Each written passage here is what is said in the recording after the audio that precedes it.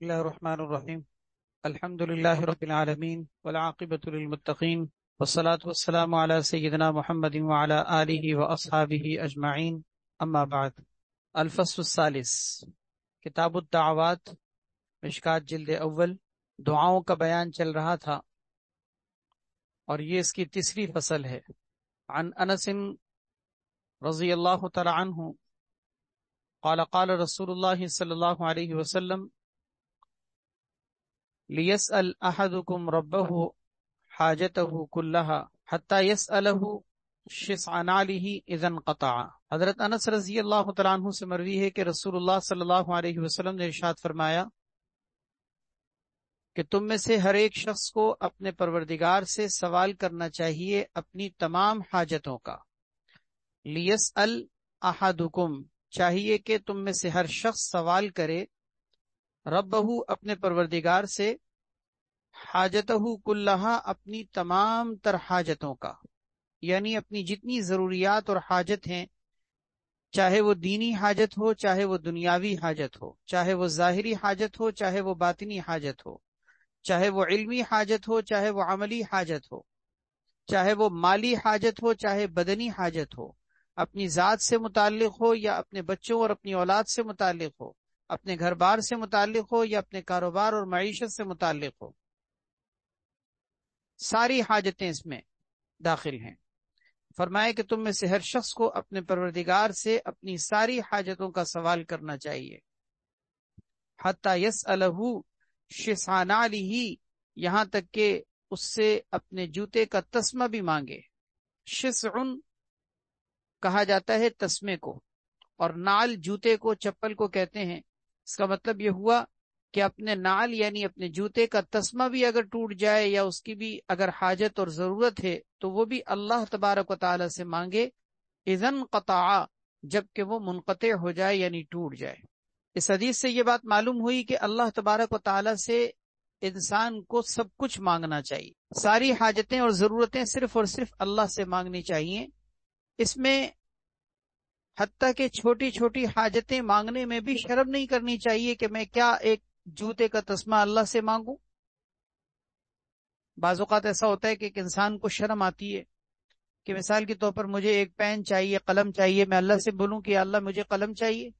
ایک چھوٹے سے قلم کی، ایک چھوٹے سے پین کی، ایک چھوٹے سے ڈبے کی، ایک چھوٹے سے برتن کی، ایک چھوٹی سی کسی بھی چیز کی، کوئی چھوٹی سی چھوٹی چیز آپ تصور کر لیں، اس کو مانگتے ہوئے بھی شرم نہیں کرنی چاہیے کہ یہ کیا میں اللہ سے مانگوں. نہیں نہیں، اللہ کے لیے آپ بتائیے کیا ایک جوتے کے تسمے کی اور 7 سمندروں کی اور 7 آسمانوں کی اور 7 زمینوں کی دولتیں مانگ لینا، کیا ان دونوں میں کوئی فرق ہے؟ اللہ کے لیے تو کوئی فرق نہیں ہے، اللہ کے لیے تو دونوں برابر ہیں. ہمارے اعتبار سے یہ چیز ایک بڑی ایک چھوٹی نظر آتی ہے. ایک انسان ملک کی سلطنت مانگ رہا ہے، ایک انسان اپنے کاروبار کے اندر وسعت و فراوانی کشادگی مانگ رہا ہے، ایک انسان خوب کثرت سے مال کی اور دولت کی طلب کر رہا ہے. یہ بڑی بڑی چیزیں ہمارے سامنے دیکھنے میں بڑی نظر آتی ہیں، اللہ کے لیے کوئی بڑی نہیں. اللہ کے لیے، اللہ کے سامنے چاہے نمک کی ڈلی مانگیں یا اللہ تعالی سے آپ سلطنت اور حکومت کا سوال کریں، اللہ کے لیے دونوں میں کوئی فرق نہیں. تو ایک تو اللہ کے سامنے کوئی چیز چھوٹی یا بڑی نہیں، دوسرا اللہ تبارک و تعالیٰ کی کوئی چیز دسترس سے باہر نہیں. ظاہر ہے کہ کوئی چیز اللہ تعالیٰ کی قدرت سے باہر نہیں ہے. کہ خدا نخواستہ کوئی شخص یہ نہیں تصور بھی نہیں کر سکتا کہ کوئی یہ سوچے یا تصور بھی کرے کہ اللہ تبارک و تعالیٰ سے کوئی ایسی چیز مانگی جائے کہ جو اللہ تعالیٰ نعوذ باللہ دینے پہ قادر نہ ہو. نعوذ باللہ من ذالک. اللہ تعالیٰ کی قدرت سے تو کوئی چیز ماورا نہیں، کوئی چیز باہر نہیں. جب ہر چیز اللہ کی قدرت میں ہے اور ہر چیز اپنے چھوٹے بڑے ہونے کے اعتبار سے اللہ کے لیے برابر ہے تو پھر ہر چیز اللہ سے مانگے، ہر چیز اللہ سے مانگے. مانگنے میں شرم نہ کیجیے، ہر چیز اللہ سے مانگے. حتیٰ کہ ہمارے استاد محترم حضرت مفتی تقی عثمانی صاحب دامت برکاتہم العالیہ، اللہ حضرت کی زندگی میں صحت اور عافیت کے ساتھ خوب برکت عطا فرمائے، بڑی پیاری بات اپنے بزرگوں کے حوالے سے ارشاد فرماتے ہیں اور ہم نے بارہا ان سے یہ سنا کہ کوئی چیز جو آپ کی دسترس میں ہو، آپ کے اختیار میں ہو، آپ کی ملکیت میں ہو، اور آپ اس کام کو کرنے کی صلاحیت اور طاقت اور قدرت رکھتے ہو، پھر بھی اس کام کو کرنے سے پہلے اللہ سے مانگیے، اللہ سے مانگیے، کیونکہ اس کام کو جو آپ سمجھ رہے ہیں کہ آپ کر سکتے ہیں، ہو سکتا ہے کہ آپ تو سمجھ رہے ہیں کہ آپ کر لیں گے، لیکن درمیان میں کوئی رکاوٹ پیدا ہو جائے۔ مثال کے طور پر آپ ایک مثال سے اس بات کو سمجھیے گا کہ آپ کے پاس دودھ بھی ہے، پتی بھی ہے، چینی بھی ہے، اور آگ بھی ہے، برتن بھی ہیں۔ یہ 4-5 چیزیں جو ایک چائے کے بنانے کے اجزاء ہیں، اور چائے کے بنانے کے لیے جن چیزوں کی ضرورت پڑتی ہے، یہ ساری چیزیں آپ کے پاس دستیاب ہیں۔ چولہا بھی موجود ہے، چائے بنانے کا برتن بھی موجود ہے، چائے کی پتی بھی موجود ہے، دودھ بھی موجود ہے، چینی بھی موجود ہے۔ یہ چائے کے اجزاء ہیں، اور سب سے بڑھ کر یہ کہ ان سب کے بعد آپ کو چائے بنانا بھی آتی ہو۔ تو اب بتائیے کہ آپ کے پاس تو ساری چیزیں موجود ہیں، اب اس موقع پر آپ کو اللہ تبارک و تعالی سے چائے بنانے سے پہلے بظاہر دیکھنے میں تو کوئی ضرورت نہیں ہے نا کہ آپ مانگیں کہ یا اللہ میں چائے بنانا چاہ رہی ہوں، میرے لیے چائے بنانا آسان کر دیجئے۔ اس وقت اس مانگنے کی بظاہر دیکھنے میں کوئی ضرورت نظر نہیں آتی، اس لیے کہ انسان کے دل میں یہ خیال آتا ہے کہ بھئی میرے پاس تو سارے اسباب اور وسائل موجود ہیں، اجزائے ترکیبیہ جتنے بھی ہیں وہ سب میرے پاس موجود ہیں، لہذا میں کھڑے ہو کے فوراً چائے بنانا چاہوں تو 5-10 منٹ کے اندر چائے بن جائے گی، تیار ہو جائے گی۔ اب مجھے مانگنے کی کیا ضرورت ہے؟ تو حضرت مفتی تقی عثمانی صاحب دامت برکاتہ العالیہ فرماتے ہیں کہ اس طرح کی صورتحال میں بھی انسان یہ سمجھتا ہے کہ میں چائے بنانا جانتا ہوں، چائے بنانے کے اجزاء ترکیبیہ میرے پاس موجود ہیں، تو اس کا مطلب یہ کہ مجھے مانگنے کی ضرورت نہیں، لیکن اسے کیا پتا کہ جب وہ اپنے ارادے کو پائے تکمیل تک پہنچانے کے لیے کام شروع کرے تو کوئی رکاوٹ کھڑی ہو جائے۔ یہی چولہا جس کی آگ سے چائے بنانے کا آپ ارادہ رکھتے ہیں، ہو سکتا ہے کہ یہ آگ آپ کے لیے خدا نہ خواستہ اللہ نہ کرے نقصان دہ ہو جائے، چولہا پھٹ جائے، آگ بھڑک جائے، کوئی مسئلہ ہو جائے، کوئی پریشانی پیدا ہو جائے، کوئی حادثہ پیدا ہو جائے، خدا نہ خواستہ کچھ بھی ہو سکتا ہے۔ تو انسان عام طور پر اس طرح کی صورتحال میں جبکہ اس کے اختیار میں کوئی چیز ہو تو وہ مانگتا نہیں ہے، وہ کہتا ہے کہ مجھے مانگنے کی کیا ضرورت ہے، حالانکہ اس موقع پر بھی اللہ سے مانگنا چاہیے۔ یہ کتنی پیاری بات ہے، اس بات کو شاید ہو سکتا ہے آپ نے پہلی مرتبہ سنا ہو، لیکن یہ بڑی قیمتی بات ہے۔ میں سمجھتا ہوں کہ عام طور پر لوگوں کو دعا کے بارے میں اس چیز کا عام طور پر احساس نہیں ہوتا۔ ہم دعا عام طور پر اس وقت مانگتے ہیں جب کوئی چیز ہمارے اختیار میں نہ ہو، حالانکہ اختیار کی چیز بھی اللہ سے مانگنی ہے، اختیار نہ ہو تب بھی اللہ سے مانگنا ہے، اس لیے کہ اگر اختیار ہو بھی تب بھی اسباب سے کام کا پورا ہو جانا کیا آپ کے اختیار میں ہے؟ اسباب تو ٹھیک ہے موجود ہیں، اجزائے ترکیبیہ سارے موجود ہیں، اختیارات آپ کے مکمل ہیں، لیکن اس کام کا پائے تکمیل تک پہنچانا کیا آپ کے بس میں؟ نہیں، یہی تو دھوکہ ہے۔ عام طور پر لوگ سمجھتے ہیں کہ جو چیز اختیار میں نہ ہو وہ اللہ سے مانگی جائے، حالانکہ جو چیز اختیار میں ہو وہ بھی اللہ سے مانگنی ہے، جو چیز اختیار میں نہ ہو وہ بھی اللہ سے مانگنی، کیونکہ کسی کام کو پائے تکمیل تک پہنچانا، اس کے اچھے نتائج حاصل کرنا اور اس میں انسان کا کامیاب ہو جانا، یہ اللہ تبارک و تعالیٰ کی قدرت میں ہے، ہمارے بس میں نہیں۔ اسی کی اور مثال میں آپ کے سامنے ذکر کروں، مثال کے طور پر ایک بہت لائق اور فائق پڑھنے والا ذہین طالب علم ہے، اس کو پوری کتاب یاد ہے، اس کو اس بات کا کوئی امکان نہیں ہے کہ میں امتحان میں فیل ہوں گا، اس کو اپنے اوپر پورا بھروسہ ہے کہ میں امتحان میں جو بھی سوالات آئیں گے میں اس کو کلیئر کر سکوں گا، لیکن اس موقع پر بھی اس کو اپنے امتحان سے پہلے اللہ کی طرف رجوع کرنا چاہیے، اور یہ سوچ کر کہ میرے اختیار میں کچھ نہیں، میرے سامنے صرف اور صرف کتاب کی صورتحال ہے، میں کتاب کے ظاہری الفاظ کو یاد کر چکا ہوں، لیکن یہ کہ اس سوال کو حل کرنا اور اس میں کامیابی حاصل کرنا، اچھے مارکس لینا، یہ میرے اختیار میں نہیں ہے، وہ اگر اپنی ذات پر، اپنی قوت بازو پر اور اپنی ذہانت اور فطانت پر اگر بھروسہ کرے گا تو خطرہ ہے اس بات کا کہ کہیں اس گھمنڈ میں کہیں وہ فیل ہی نہ ہو جائے، کہیں اس غرور اور تکبر کی وجہ سے کہیں اللہ تبارک و تعالیٰ اس کو نمبروں کے اعتبار سے ناکامی کا شکار کر کے دکھا نہ دیں کہ تمہارے اختیار میں کچھ نہیں ہے، تم نے اپنے پر بھروسہ کیوں کیا۔ بھروسہ اللہ کی ذات پر کرنا چاہیے، اپنی ذہانت اور فطانت پر نہیں کرنا چاہیے۔ یہ بہت قیمتی بات ہے، اس لیے اس بات کو اپنے پلو باندھیے کہ ہمیشہ ہر چیز اللہ سے مانگیں، چاہے آپ کو اس کام کو کرنے کا اختیار ہو، سارے اسباب اور وسائل آپ کی قدرت میں موجود ہوں، آپ کے اختیار میں وہ ساری چیز موجود ہو، پھر بھی اللہ سے مانگیں، کیونکہ اللہ سے مانگنے میں عاجزی ہے، انکساری ہے کہ آپ نے اپنے اوپر بھروسہ نہیں کیا، اپنی ذہانت پر بھروسہ نہیں کیا کہ میں کر لوں گا، بلکہ آپ نے اللہ سے مانگ کر یہ ثابت کر دیا، اللہ کے سامنے یہ ظاہر کر دیا کہ اللہ مجھے اپنے اوپر بھروسہ نہیں، مجھے تیری مدد پر بھروسہ ہے۔ جب بندہ اللہ کی مدد پر بھروسہ کرے گا تو اللہ تعالیٰ پھر اس کو اگر کمی کوتاہی ہوگی بھی تو اللہ کامیاب کر دے۔ لِيَسْأَلْ أَحَدُكُمْ رَبَّهُ حَاجَتَهُ كُلَّهَا، تم میں سے ہر شخص کو اپنی تمام حاجتیں اپنے پروردگار سے مانگنی چاہیے۔ یہاں دیکھیے ربہ کہا ہے کہ تم میں سے ہر شخص کو چاہیے کہ اپنی تمام حاجت کس سے مانگے؟ ربہ، اپنے رب سے مانگے۔ اس لفظ کے ذکر کرنے میں غور کیجئے گا، ایک بڑی نکتے کی بات ہے کہ یہ نہیں کہا اپنے اللہ سے مانگے، اپنے معبود سے مانگے، بلکہ کہا رب سے مانگے۔ کیا مطلب؟ وہ رب ہے، پرورش کرنے والا ہے، تمہاری ساری ضرورتیں پوری کرنے والا ہے، کیونکہ رب کسے کہتے ہیں؟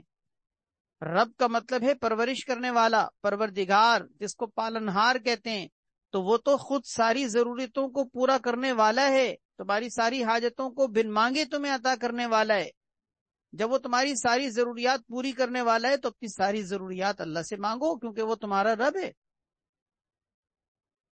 جیسے بچہ ہے، اس کو بھوک لگتی ہے تو کہاں جاتا ہے؟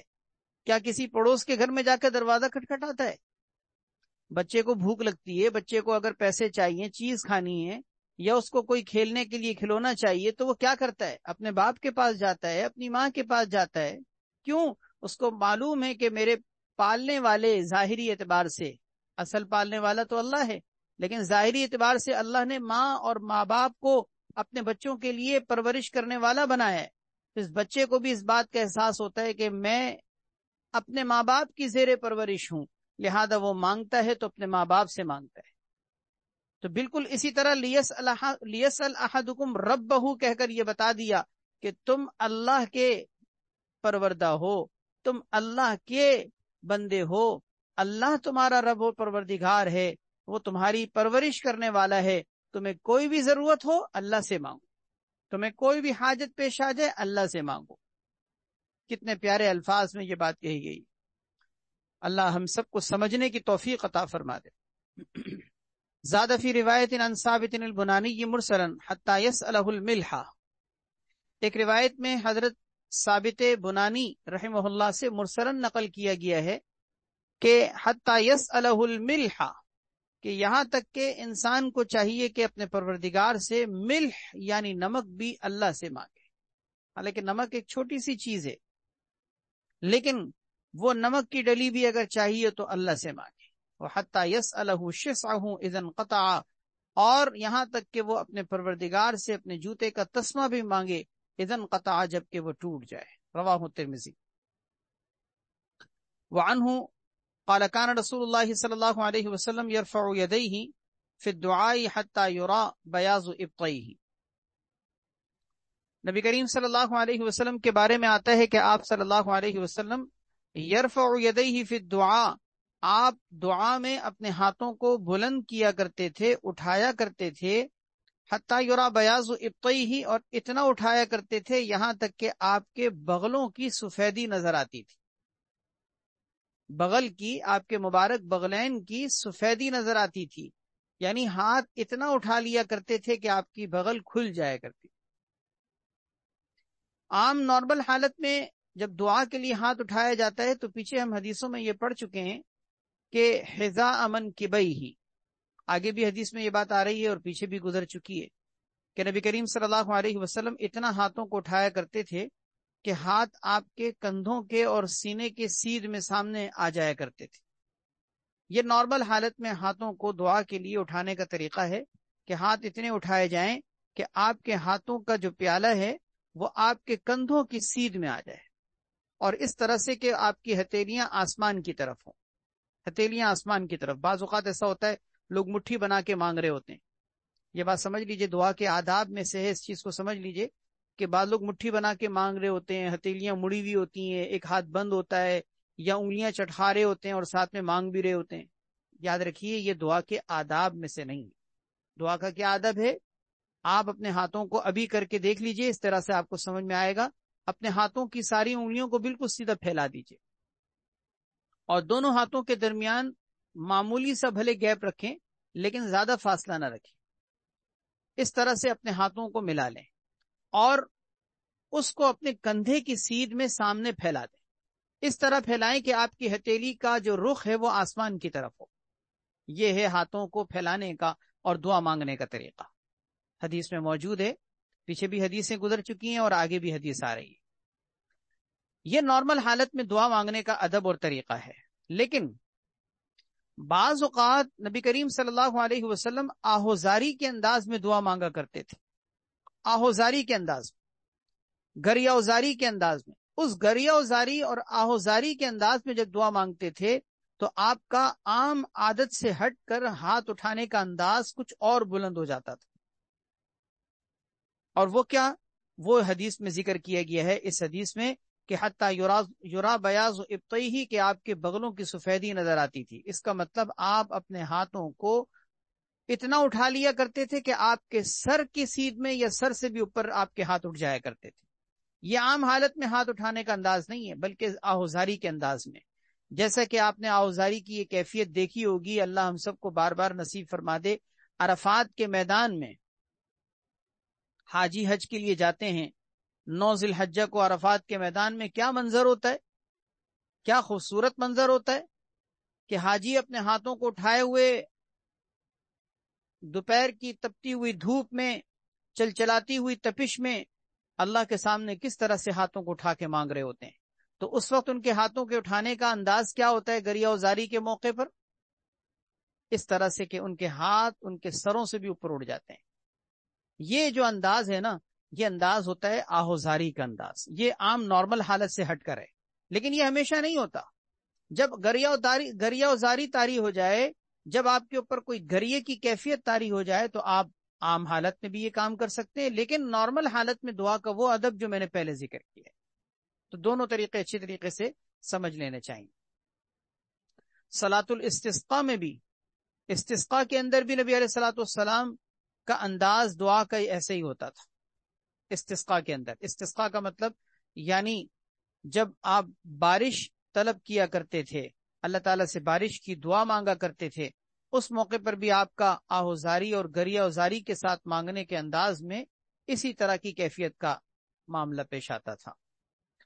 وعن سہل بن سعد رضی اللہ تعالیٰ عنہ عن النبی صلی اللہ علیہ وسلم قال کان یجعل اصبعیہ حذاء منکبیہ ویدعوہ۔ یہ عام نارمل حالت کے مطابق ہے کہ حضرت سہل بن سعد رضی اللہ تعالیٰ عنہ نبی کریم صلی اللہ علیہ وسلم کا ارشاد نقل فرماتے ہیں، نبی کریم صلی اللہ علیہ وسلم کے بارے میں نقل فرماتے ہیں کہ کان یجعل اصبعیہ، کہ نبی کریم صلی اللہ علیہ وسلم اپنی انگلیوں کو اپنے کندھوں کی سیدھ میں رکھا کرتے تھے، ویدعو، اور دعا مانگا کرتے تھے۔ وعن السائب ابن یزید عن ابیہ ان النبی صلی اللہ علیہ وسلم کان اذا دعا فرفع یدیہ مسح وجہہ بیدیہ۔ سائب ابن یزید اپنے والد سے یعنی حضرت یزید رضی اللہ تعالیٰ عنہ سے نقل کرتے ہیں کہ نبی کریم صلی اللہ علیہ وسلم کا معمول یہ تھا کہ کان اذا دعا، جب آپ دعا مانگا کرتے تھے، فرفع یدیہ، اور اپنے ہاتھوں کو آپ بلند کیا کرتے تھے، مسح وجہہ بیدیہ، تو اپنے چہرے کو اپنے ہاتھوں سے پھیر لیا کرتے تھے۔ اس کا مطلب یہ ہوا کہ نبی کریم صلی اللہ علیہ وسلم دعا کے اختتام پر اپنے چہرے پر ہاتھ پھیر لیا کرتے تھے۔ چہرے پر ہاتھ پھیرنے کی وجہ حضرات محدثین نے یہ ذکر کی ہے کہ وہ جو ہاتھوں کو ایک پیالے کی حیثیت میں، ایک پیالے کی طرح سے اللہ کے سامنے پھیلایا گیا ہے، تو اب گویا کے ہاتھوں کو چہرے پر مل کر دعا مانگنے والا یہ ظاہر کرتا ہے کہ ان ہاتھوں پر اللہ کی رحمت کی بارشیں اتری ہیں، اللہ کی رحمت کی بارشیں ان ہاتھوں پر اتری ہیں، لہذا میں ان ہاتھوں کو اپنے چہرے پر گویا مل کر اللہ کی رحمتوں کو اپنے چہرے سے لگا رہا ہوں۔ یہ محبت کا ایک اظہار ہے، اللہ کی دی ہوئی نعمتوں اور رحمتوں اور برکتوں کی قدردانی کی شکل ہے کہ اللہ تیری طرف سے جو میرے ان دعاؤں کے ہاتھوں میں رحمتیں اتنی ہیں، برکتیں اتنی ہیں، نزول رحمت کا معاملہ ہوا ہے، میں ان رحمتوں کو ضائع کرنے کے بجائے ان کے ساتھ اپنائیت اور محبت کا اظہار کرتے ہوئے اپنے چہرے پر مل رہا ہوں۔ تو ایک طرح سے اس میں محبت کا، اپنائیت کا اظہار ہے۔ روى البیہقی الاحادیث الثلاثہ فی الدعوات الکبیر، یہ آخری جو 3 حدیثیں ہیں، ان تینوں حدیثوں کو امام بیہقی رحمۃ اللہ علیہ نے دعوات الکبیر کے اندر ذکر کیا ہے۔ الدعوات الکبیر یہ امام بیہقی رحمۃ اللہ علیہ کی لکھی ہوئی کتاب ہے جس میں دعاؤں کا تذکرہ ہے، اور کافی تفصیل سے اس کے اندر دعائیں بھی موجود ہیں اور دعاؤں کے فضائل اور فوائد بھی موجود ہیں۔ تو امام بیہقی رحمۃ اللہ علیہ کی اس کتاب کے اندر یہ تینوں روایتیں موجود ہیں۔ وعن عکرمۃ عن ابن عباس رضی اللہ تعالی عنہما، حضرت عکرمہ حضرت عبداللہ ابن عباس رضی اللہ تعالیٰ عنہما سے نقل فرماتے ہیں کہ المسألۃ ان ترفع یدیک حذو منکبیک او نحوہما، المسألۃ سوال کرنے کا طریقہ یہ ہے کہ تم اپنے ہاتھوں کو اٹھاؤ اپنے کندھے کے سیدھ میں،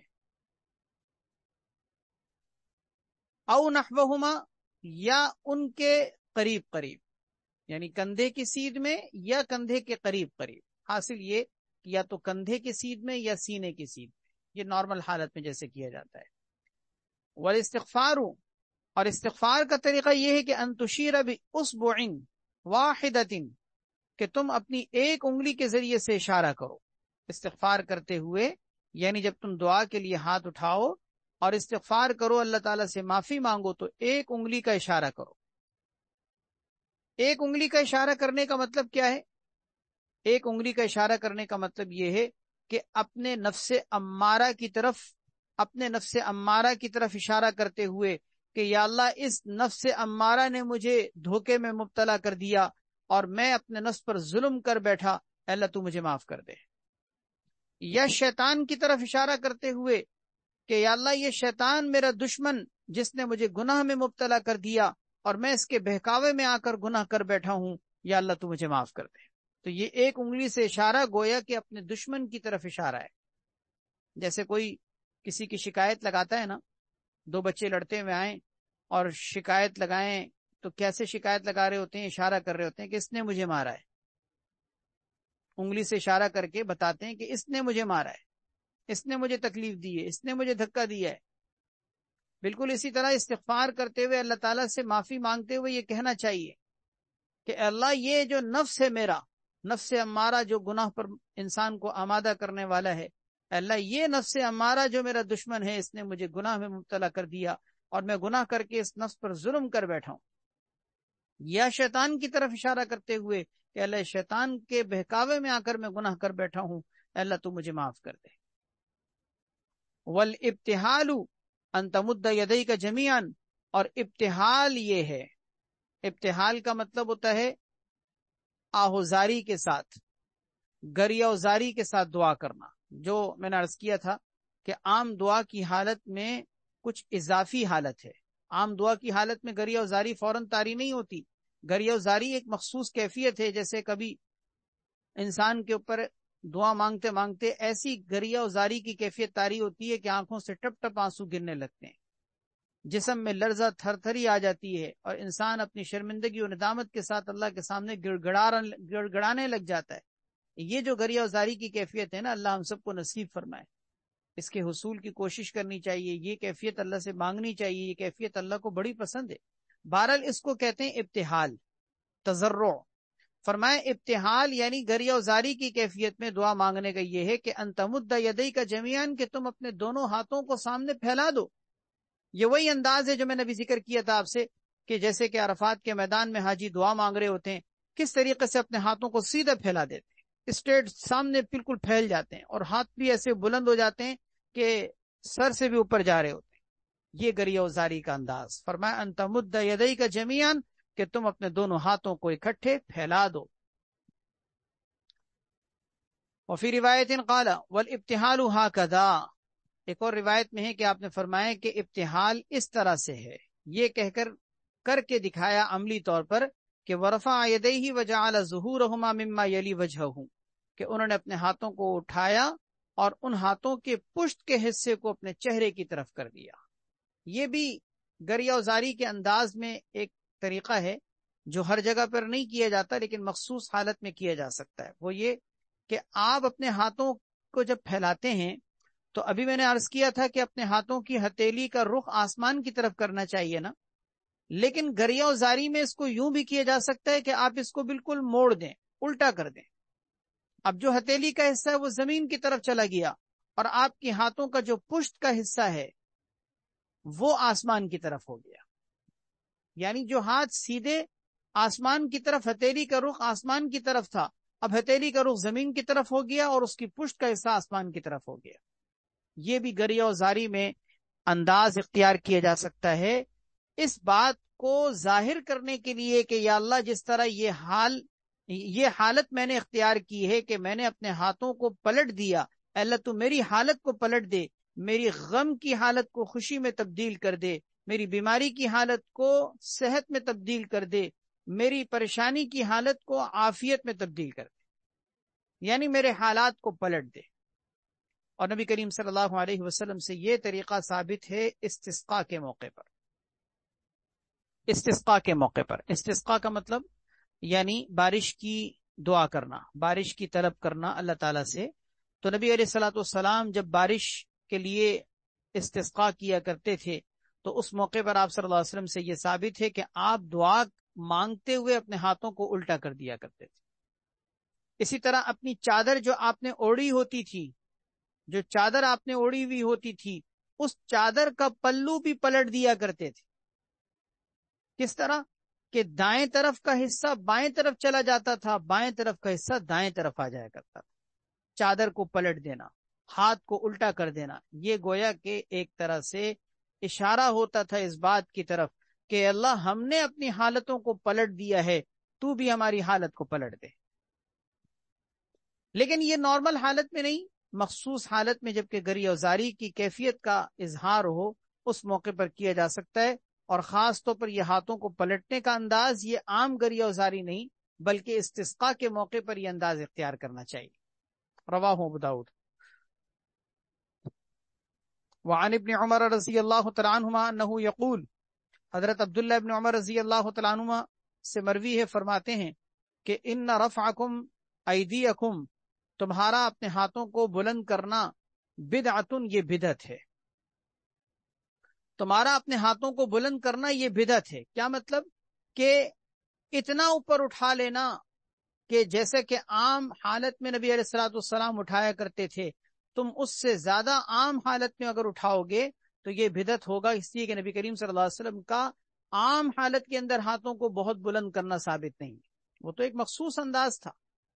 اس لیے بدعت کہنے کا مطلب یہ نہیں ہے کہ یہ چیز بالکل جائز ہی نہیں ہے، گریہ وزاری کے موقع پر تو جائز ہے، لیکن لوگوں نے عام طور پر یہ انداز اختیار کرنا شروع کر دیا ہوگا کہ نارمل حالت میں بھی اپنے ہاتھوں کو اس انداز میں اٹھانے لگے ہوں گے۔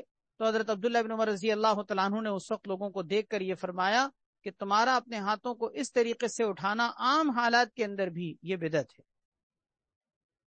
پھر فرمایا ما زاد رسول اللہ صلی اللہ علیہ وسلم علی ھذا یعنی الی الصدر، نبی کریم صلی اللہ علیہ وسلم نے کبھی زیادہ نہیں اٹھایا اس سے، یعنی الی الصدر، یہ کہہ کر انہوں نے اپنے سینے کی طرف اشارہ کیا۔ مراد یہ کہ انہوں نے فرمایا کہ آپ نے اپنے سینے سے ہاتھوں کو بلند نہیں کیا۔ تو اپنے ہاتھوں کو بلند، سینے سے بلند نہ کرنے کا مطلب عام حالات میں، ورنہ مخصوص حالات میں گریہ وزاری کی کیفیت میں تو پیچھے حدیث میں گزر بھی چکا ہے۔ حضرت ابی بن کعب رضی اللہ تعالیٰ عنہ سے مروی ہے کہ نبی کریم صلی اللہ علیہ وسلم جب کسی کا تذکرہ کرتے تھے، یعنی دعا میں، جب دعا میں کسی کا تذکرہ کیا کرتے تھے فدعا لہو، اور اس کے لیے دعا کرتے تھے، بدأ بنفسہ، تو سب سے پہلے اپنی ذات سے ابتدا کرتے تھے۔ اس کا مطلب جب دعا آپ کسی کے لیے مانگا کرتے تھے دعا کے دوران، تو پہلے اپنے لیے مانگا کرتے تھے، پھر فلاں کے لیے مانگا کرتے تھے۔ یہ بھی دعا کا ادب ہے جو اس حدیث کی روشنی میں علماء نے ذکر کیا ہے کہ اگر آپ کسی کے لیے دعا کرنا چاہتے ہیں تو پہلے اپنے لیے دعا کریں، پھر فلاں کے لیے۔ اس کی وجہ یہ کہ یہ اپنے لیے دعا چھوڑ کر دوسرے کے لیے مانگنا، یہ تو اپنی ذات کو مستغنی کرنا ہے، کہ گویا کہ آپ کو اللہ تبارک و تعالیٰ سے کوئی حاجت نہیں ہے، آپ کو اللہ تبارک و تعالیٰ سے کوئی ضرورت نہیں ہے۔ نہیں، ہمیں بھی ضرورت ہے، ہمارے فلاں بھائی کو بھی ضرورت ہے، تو جب فلاں کے لیے دعا کریں تو پہلے اپنے لیے بھی مانگ، پہلے اپنے لیے بھی مانگ۔ یہ دعا کا ادب ہے کہ اگر کسی کے لیے دعا کرنی ہو تب بھی پہلے اپنے لیے مانگیں۔ رواہ الترمذی وقال هذا حدیث حسن غریب صحیح۔ وعن ابی سعید الخدری رضی اللہ تعالیٰ عنہ ان نبی صلی اللہ علیہ وسلم قال، حضرت ابو سعید خدری رضی اللہ تعالیٰ عنہ سے مروی ہے کہ نبی کریم صلی اللہ علیہ وسلم نے ارشاد فرمایا، ما من مسلم یدعو بدعوت، کوئی مسلمان ایسا نہیں جو کوئی دعا مانگتا ہو، لیس فیہا اسم ولا قطیعۃ رحم، کہ جس میں کوئی گناہ یا کوئی قطع رحمی کی بات نہ ہو، یعنی کوئی ایسی دعا جو جائز ہو، لیس فیہا اسم ولا قطیعۃ رحم، جس میں کوئی گناہ کی بات نہ ہو اور قطع رحمی کی بات نہ ہو، الا اعطاہ اللہ بہا احدی ثلاث، مگر اللہ تبارک و تعالی اس کو تین میں سے کوئی ایک چیز ضرور عطا کرتے ہیں۔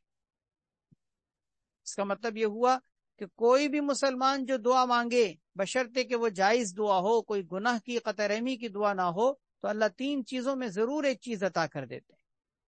سب سے پہلی چیز، اما ان یعجل له دعوتہ، یا تو اللہ تعالیٰ اس کی دعا کو جلدی قبول کر لیتے ہیں، یعنی دنیا میں ہی اس کی حاجت پوری ہو جاتی ہے، اور جو دعا اس نے مانگی تھی وہ دعا اس کو مل جاتی ہے۔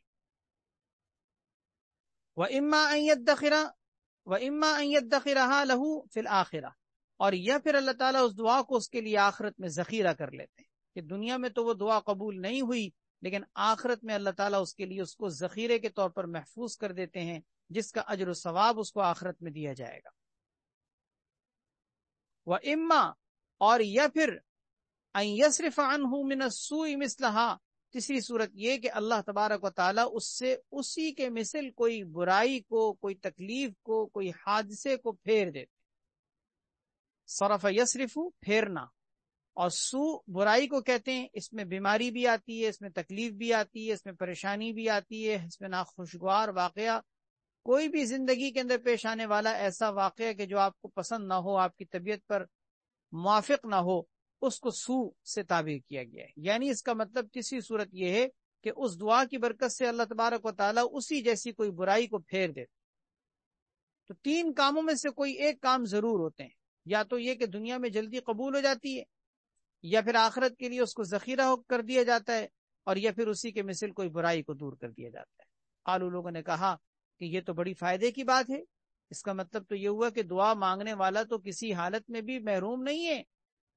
عام طور پر کیا سمجھا جاتا ہے کہ جی اگر دعا قبول نہیں ہوئی تو اس کا مطلب دعا رائے گاں چلی گئی، میں نے مانگا لیکن نہیں ملا۔ نہیں، اس حدیث سے معلوم ہوا کہ دعا رائے گاں نہیں ہوتی، دعا رائے گاں نہیں ہوتی۔ دعا کی قبولیت کی شکلیں مختلف ہوتی ہیں، بعض اوقات وہی مل جاتا ہے، بعض اوقات آخرت کے لیے سیف کر دیا جاتا ہے، بعض اوقات اس کی وجہ سے اس کی جیسی کوئی تکلیف کو دور کر دیا جاتا ہے۔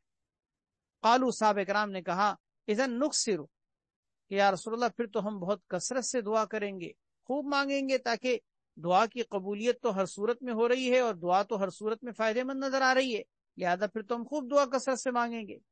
آپ صلی اللہ علیہ وسلم نے فرمایا، تم کتنی کثرت کر سکتے ہو، تم جتنی بھی کثرت کرو، اللہ اکثر، اللہ اس سے بھی زیادہ دینے والا ہے، اللہ اس سے بھی زیادہ دینے والا ہے۔ تم کتنی کثرت کر سکتے ہو، انسان کتنا مانگ سکتا ہے، جتنا بھی مانگ لے، جتنا بھی مانگ لے، جتنا بھی مانگ سکتا ہے مانگ لے، اللہ اس سے بھی زیادہ دینے والا ہے۔ اللہ اکبر۔ رواہ احمد۔ کتنی پیاری پیاری یہ حدیثیں ہیں، جس سے پتہ چلتا ہے کہ ہم سب کو دعا کی طرف راغب ہونے کی اور دعا میں مشغول ہونے کی کتنی ضرورت ہے، اور ہم اس حوالے سے کتنی غفلتوں کا شکار ہے۔ اسی لیے میں نے پچھلی بھی درس میں یہ بات عرض کی تھی دعاؤں کے باب میں، کہ اپنی زندگی کا جائزہ لے کے باقاعدہ اپنی زندگی کے اندر اس کو ایک عبادت اور معمول اور وظیفے کے طور پر اس کو نافذ کریں. اپنی باقاعدہ کوئی روزانہ کے اعتبار سے کوئی ٹائم لیمٹ اس کا مقرر کریں. مثلا میں نے روزانہ 20 منٹ دعا مانگنی ہے، 25 منٹ دعا مانگنی ہے، آدھا گھنٹہ دعا مانگنی ہے.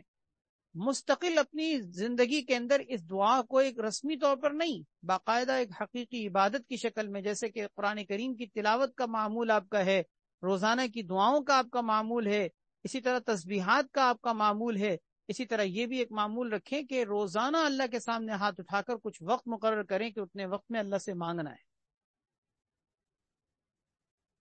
اللہ میں اس کی توفیق عطا فرمائے. دعاؤں کے حوالے سے ہماری جو غفلتیں اللہ ان کو دور فرمائے. وعن ابن عباس رضی اللہ تعالیٰ عنہما عن النبی صلی اللہ علیہ وسلم قال، نبی کریم صلی اللہ علیہ وسلم کا ارشاد ہے، خمس دعوات یستجاب لہن، 5 دعائیں ایسی ہیں کہ جو قبول کی جاتی ہیں، کہ جن کے مانگنے والے کو نوازا جاتا ہے، اس کی دعا کو قبول کیا جاتا ہے. سب سے پہلی چیز ہے دعوت المظلوم حتی ینتصر، مظلوم کی بد دعا یہاں تک کہ وہ بدلہ لے لے. یعنی اس کا مطلب جب تک مظلوم ہے، ظالم سے وہ انتقام نہیں لے رہا، اس وقت تک مظلوم کی دعا، یعنی اس کا مطلب بد دعا قبول ہوتی ہے. مظلوم کی بد دعا کی قبولیت دوسری حدیث میں یہ ذکر کی گئی ہے کہ اتقی دعوت المظلوم، مظلوم کی بد دعا سے بچو، اس لیے کہ فإنہ لیس بینہا وبین اللہ حجاب، اللہ اور اس کے بد دعا کے درمیان کوئی پردہ اور کوئی رکاوٹ حائل نہیں ہوتی، سیدھی جا کے ڈائریکٹ قبول ہوتی ہے.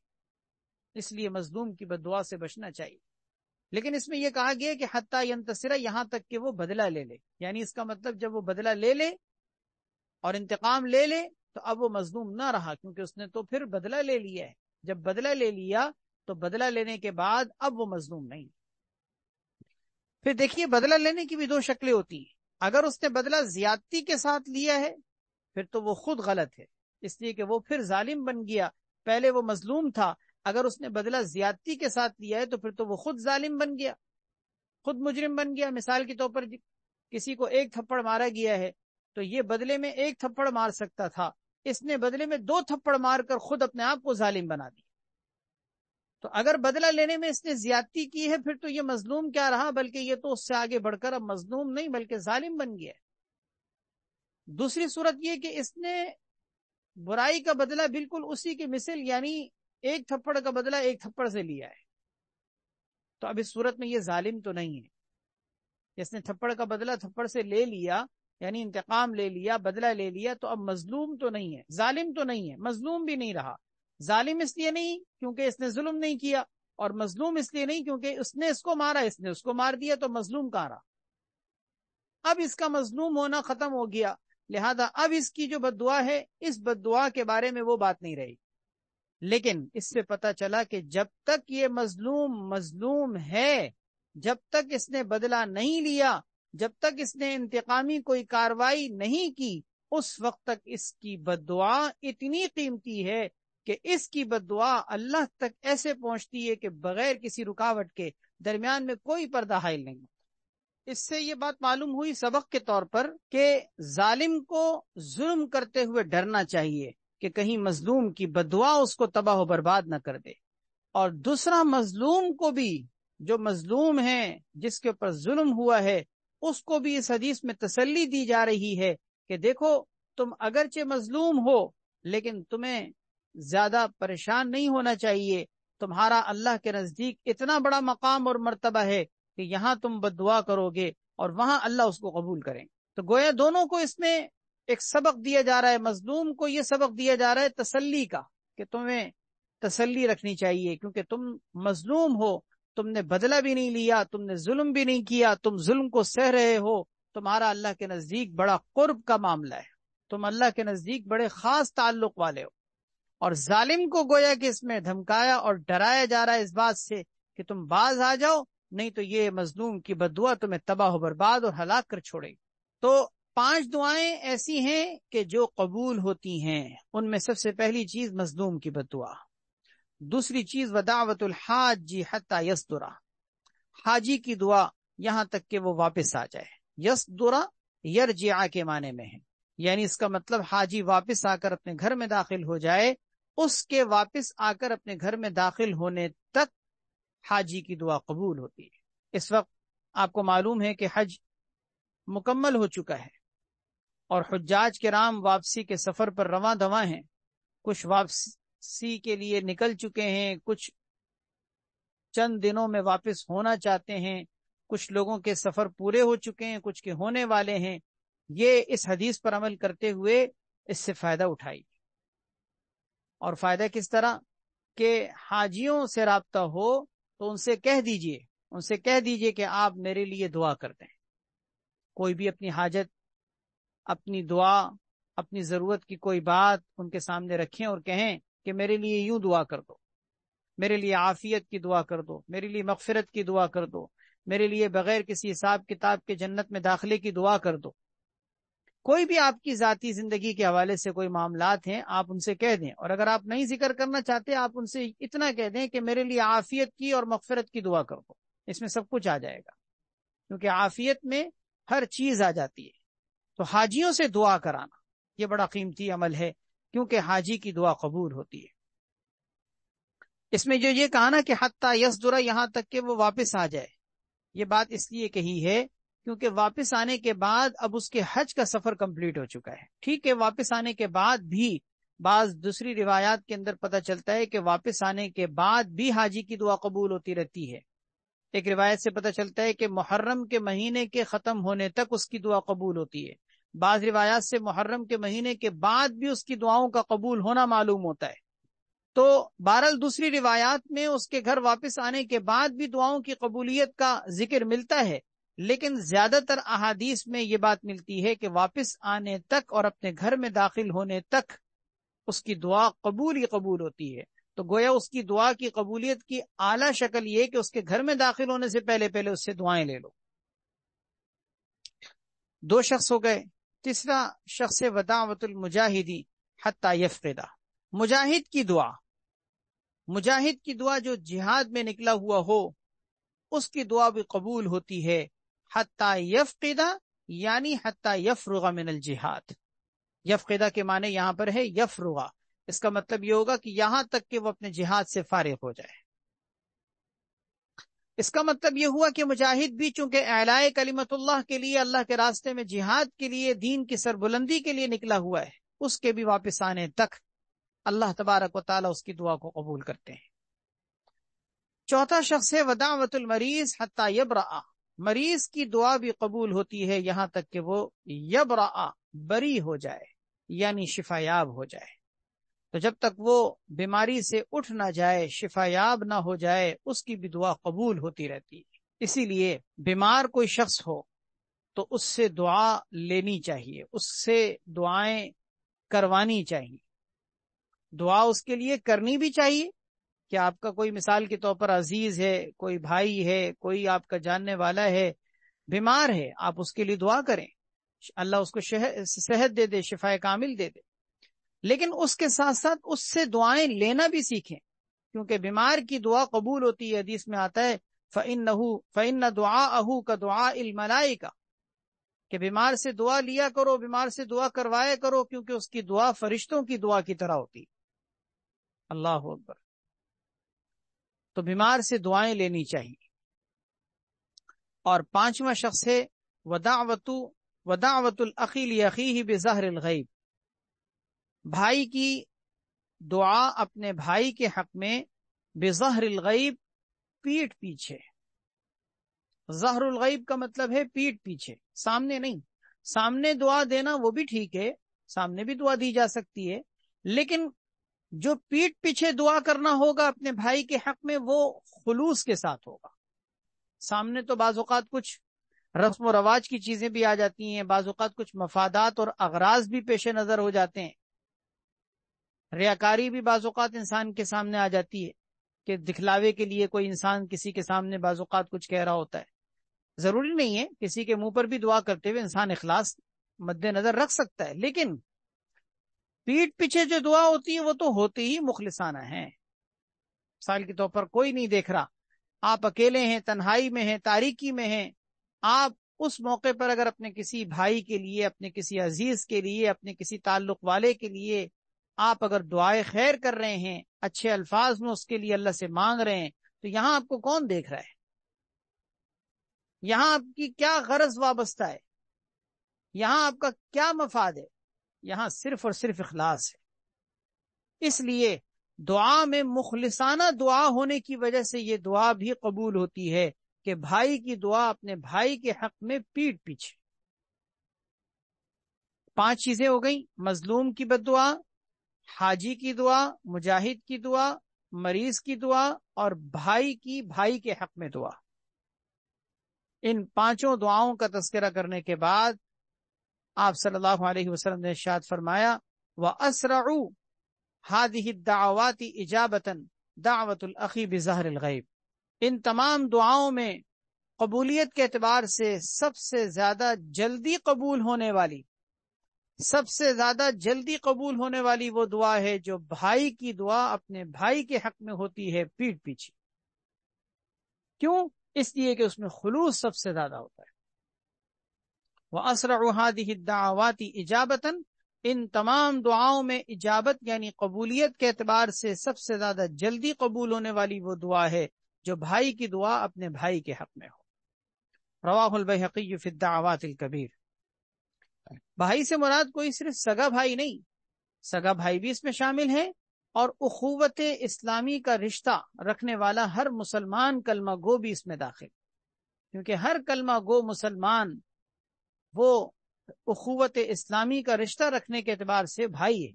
لہذا اپنے کسی بھی مسلمان بھائی یا کسی بھی مسلمان بہن کے لیے دعا کرنا اس حدیث کے مطابق سب سے زیادہ جلدی قبول ہونے والی۔ کتنی بڑی بات ہے یہ! اللہ تبارک و تعالی ہم سب کو عمل کی توفیق عطا فرمائے۔ یہ کتاب الدعوات الحمدللہ مکمل ہوئے۔ اب اس کے بعد انشاءاللہ باب ذکر اللہ، یعنی اللہ تبارک و تعالی کا ذکر کرنا، اس کے بارے میں انشاءاللہ پھر اگلے درس میں انشاءاللہ ہم شروع کریں گے۔ اللہ تبارک و تعالی ہم سب کو خوب مانگنے کی، دعائیں کرنے کی، اور دعاؤں کا جو ادب اور احترام اور اس کے جو آداب اور شرائط ہم نے پڑھی ہیں ان کا لحاظ رکھتے ہوئے دعائیں مانگنے کی توفیق عطا فرمائے۔ اللہ ہم سب کو اپنے مانگنے والے بندوں میں شامل فرمائے۔ الحمدللہ رب العالمین والعاقبۃ للمتقین والصلاۃ والسلام علی سیدنا محمد وعلی آلہ واصحابہ اجمعین۔ ربنا آتنا فی الدنیا حسنۃ وفی الآخرۃ حسنۃ وقنا عذاب النار۔ ربنا ظلمنا انفسنا وان لم تغفر لنا وترحمنا لنکونن من الخاسرین۔ رب اغفر وارحم وانت خیر الراحمین۔ اللهم اغفر لنا وارحمنا وارض عنا وادخلنا الجنة ونجنا من النار واصلح لنا شأننا كله۔ یا اللہ اپنے فضل و کرم سے ہم سب کے تمام گناہوں کو معاف فرما۔ یا اللہ ہم سب کی کامل مغفرت فرما۔ یا اللہ ہم سب کے ڈھکے چھپے خفیہ علانیہ ظاہری باطنی سرن علانیتاً کیے گئے قصداً سہواً کیے گئے تمام کے تمام گناہ معاف فرما۔ گناہوں سے ہم سب کو پاک و صاف فرما۔ ہم سب کی تمام تر جائز حاجات اور خواہشات پوری فرما۔ تمام مقاصد میں کامیابی نصیب فرما۔ ہر طرح کی پریشانیوں کو دور فرما۔ ہر طرح کے مسائل کو حل فرما۔ عزت، عافیت، راحت اور برکت، سرور اور کامیابی، دنیا اور آخرت کی سرخروئی ہمیں نصیب فرما۔ اپنی ناراضگی سے، اپنے قہر و غضب سے، اپنی یا اللہ تمام عذاب کی شکلوں سے ہم سب کی حفاظت فرما۔ تمام نت نئی پیدا ہونے والی بیماریوں سے ہماری حفاظت فرما۔ فتنوں کی شکلوں سے ہماری حفاظت فرما۔ ہمیں، ہمارے گھر والوں میں، رشتہ داروں میں یا اللہ جو لوگ بھی بیمار ہیں سب کو صحت عطا فرما، شفاء کلی نصیب فرما۔ ہماری اس مجلس کو، اس محفل کو اپنی بارگاہ میں قبول فرما۔ یا اللہ جو لوگ بھی اس محفل میں، اس مجلس میں شوق اور عقیدت کے ساتھ اپنی اصلاح و تربیت کی غرض دے کر آتے ہیں، اللہ اپنے فضل و کرم سے سب کی اصلاح فرما، سب کی بہترین تربیت فرما، سب کی دنیا اور آخرت میں یا اللہ ان کو خوشیاں عطا فرما، کامیابیاں نصیب فرما، عزتیں عطا فرما، عافیتیں نصیب فرما، سب کے مسائل حل فرما، سب کو دنیا اور آخرت کی ساری خیریں عطا فرما، برکتیں عطا فرما، رحمتیں عطا فرما۔ یا اللہ سب کے دلوں میں موجود تمام نیک تمناؤں کو پورا فرما، حاجتوں کو پورا فرما۔ وصلی اللہ وسلم وبارک علی سیدنا محمد وعلی آلہ وصحبہ اجمعین برحمتک یا ارحم الراحمین۔ جزاکم اللہ خیرہ، والسلام علیکم ورحمۃ اللہ وبرکاتہ۔